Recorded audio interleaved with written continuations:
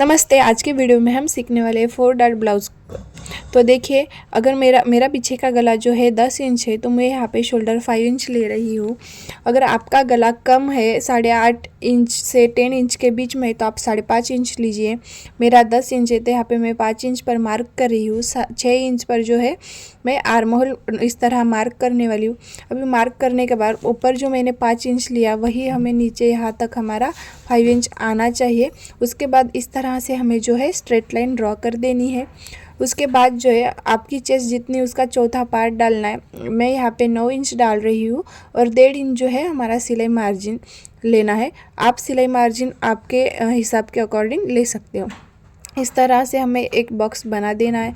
Box बनाने के बाद देखिए, यहाँ पर मैंने चेस्ट और मार्जिन का मार्क किया था, और डायरेक्टली हमें स्ट्रेट मार्क कर देना। यहाँ पर वेस्ट का मार्किंग नहीं करना। वेस्ट का मार्किंग जब हम फिटिंग करेंगे तब करना है, ठीक है। तो इस तरह से अब हमें ब्लाउज़ की लेंथ यहाँ पर डालनी है। यहाँ पर मेरी 13.5 इंच मेरा ब्लाउज़ है, तो मैं यहाँ पे 1 इंच मार्क ऐड करके 14.5 पर मार्क करूँगी। आर्म होल की गोलाई हमें देनी है, तो पीछे की गोलाई जो है 1.5 इंच रहती है। इस तरह से हमें यहाँ से हमने जहाँ पर मतलब हमारा मेन मार्किंग है चेस्ट का, वहाँ तक ही हमें इस तरह राउंड शेप आना चाहिए। इस तरह से हमने गोलाई भी दे दी है। इस तरह से देखिए हमारा बैक का जो पैटर्न है वो ड्रॉ हो गया। अभी हम गला देखेंगे।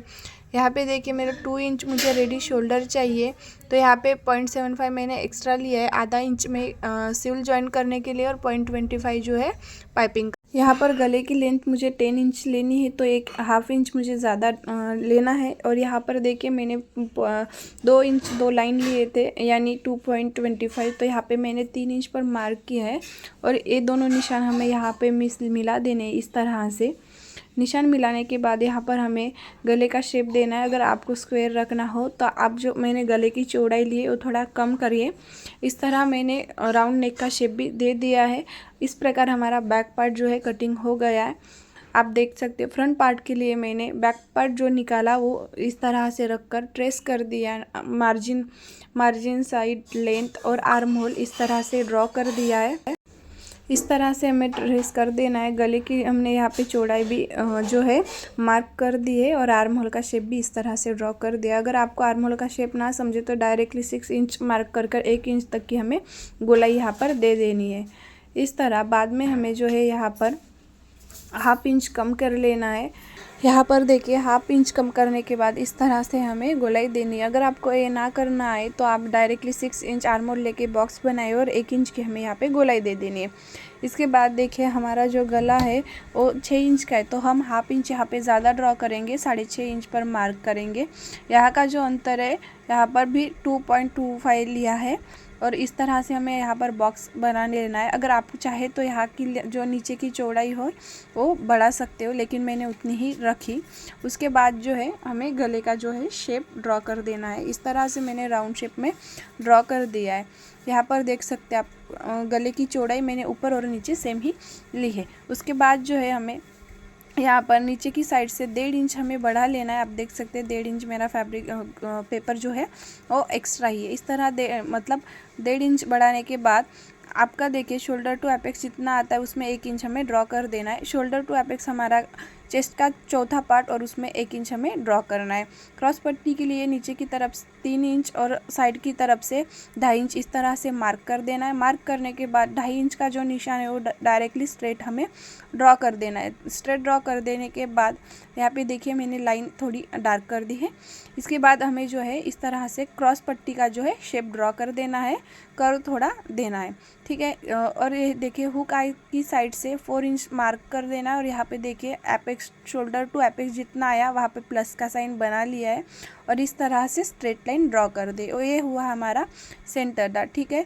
साइड की तरफ से 1.5 इंच, आर्म होल की तरफ से 2 इंच, और यहाँ फिटिंग वाली साइड की तरफ से 2 इंच इस तरह से हमें मार्क करना है। मार्क करने के बाद हमें एक यहाँ से लाइन जो है ड्रॉ कर देनी। जो हमारी फिटिंग वाली साइड है वो स्ट्रेट आएगी, हुक आई साइड हमारी स्ट्रेट आएगी, आर्म होल के साइड से हमारा जो डार्ट है वो इस तरह से क्रॉस आएगा। इस तरह से हमने 4 डॉट ले दिए हैं। अभी देखिए इसकी हमें लेंथ डालनी है। हमें दोनों साइड से आधा आधा इंच इस तरह से लेना है, और हुक और आई की पट्टी से भी हमें 1/2 इंच लेना है। और देखिए फिटिंग वाली साइड जो है हमें 0.25 मार्क करना है, मतलब आधे इंच का आधा। और यहाँ पर भी आर्महोल की साइड से भी 0.25 इस तरह से मार्क कर देना है। उसके बाद जो है सभी डॉट जो है हमें इस तरह से मिला लेने हैं और इस तरह से क्रॉस में मिला लेने। उसके बाद जो है यहाँ पर आप एक पेपर पैटर्न रख के डायरेक्टली फैब्रिक पर ही कट कर सकते हो, या फिर पेपर पैटर्न पर कट कर कर भी रख सकते। यहाँ पर हमें कौन सा ही मतलब मार्जिन, डार्ट वाला मार्जिन जो है वो एक्स्ट्रा लेने का नहीं है। जो बैक पार्ट और फ्रंट पार्ट हमारा सेम आएगा। बाकी जो उसकी समस्या है, जो कुछ प्रॉब्लम आते हैं वो फिटिंग के टाइम हमें क्लियर हो जाएगी। और ये लाइन हमारी जो है मतलब लेंथ की थी, मैंने यहाँ से बढ़ा लिए। अभी आप डार्ट समझिए, यहाँ पे आधा इंच, यहाँ पे आधा इंच, दोनों साइड हमने पाव इंच लिया है। और फिटिंग के साइड से सिर्फ हमारा थोड़ा कपड़ा एक्स्ट्रा आएगा, वो हमें कट करने के बाद फिटिंग हो जाएगी। अगर वीडियो आपको पसंद आए तो प्लीज़ लाइक, शेयर और subscribe. Thank you for watching.